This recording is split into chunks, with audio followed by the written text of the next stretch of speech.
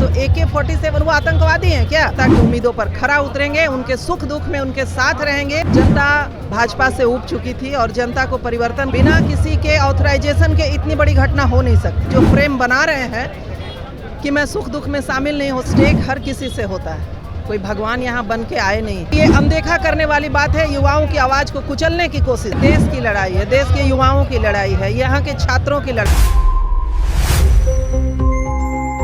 नमस्कार, मैं अमित और आप देख रहे हैं न्यूज़ पे। देखिए, नेता प्रतिपक्ष तेजस्वी यादव ने आज यानी 19 तारीख को ही आह्वान करने की बात की थी और राजभवन तक जाने की बात की थी। पूरी तरीके से तस्वीरों के माध्यम से आपको दिखा रहे हैं कि किस प्रकार से लगातार जो लोग हैं यहाँ पर पहुँच रहे हैं। और ऐसे में बांकीपुर विधानसभा क्षेत्र में उपचुनाव के जो राजद के प्रत्याशी रही रेखा गुप्ता, वो भी पहुँच चुके हैं यहाँ पर। जुड़ते हुए जानते हैं कि मैम आप भी यहाँ पर पहुँच चुके हैं, राजभवन तक जाना है?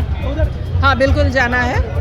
और ये लड़ाई राजनीतिक नहीं, ये देश की लड़ाई है, देश के युवाओं की लड़ाई है, यहाँ के छात्रों की लड़ाई है, आने वाले भविष्य की लड़ाई है। तो बिल्कुल पहुँचेंगे।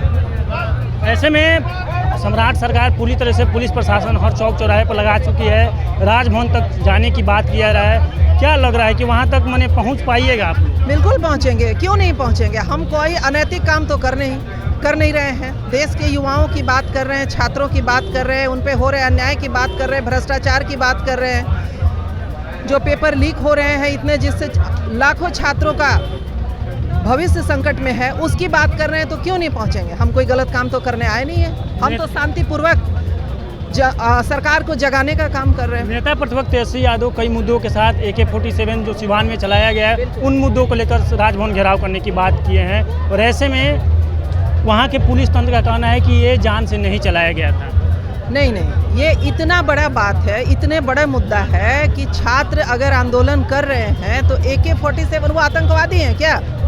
आप अगर उस भीड़ में अगर पुलिस के पास AK-47 होना ही बहुत ही दुर्भाग्यपूर्ण है। आखिर बिना आदेश के, बिना किसी के ऑथराइजेशन के इतनी बड़ी घटना हो नहीं सकती।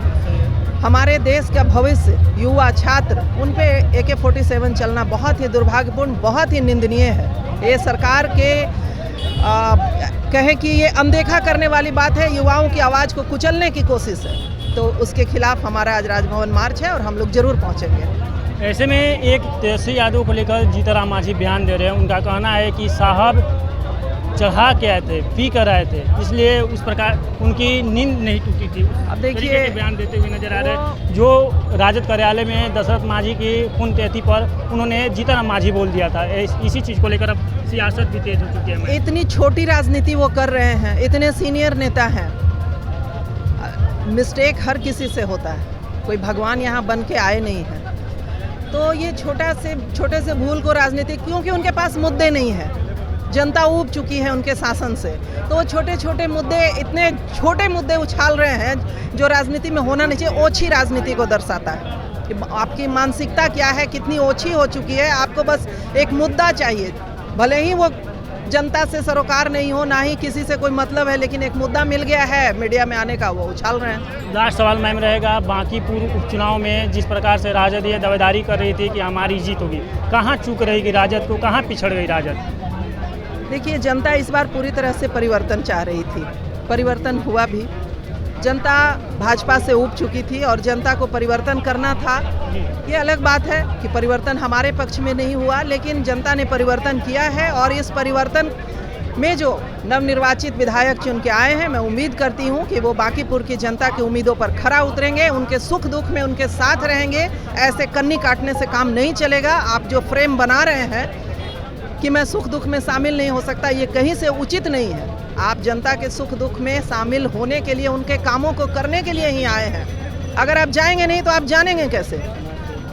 आप पहुंचेंगे नहीं, आप लोगों से मिलेंगे नहीं, उनके दुख के भागीदार नहीं बनेंगे, उनके आंसू नहीं पोंछेंगे, तो आप बने किस लिए हैं? तो देखिए, हमारे साथ राजद के, आपको बता दें कि विधानसभा चुनाव के दौरान प्रत्याशी रही बांकीपुर विधानसभा क्षेत्र के, साथ ही उपचुनाव के दौरान प्रत्याशी रही रेखा गुप्ता।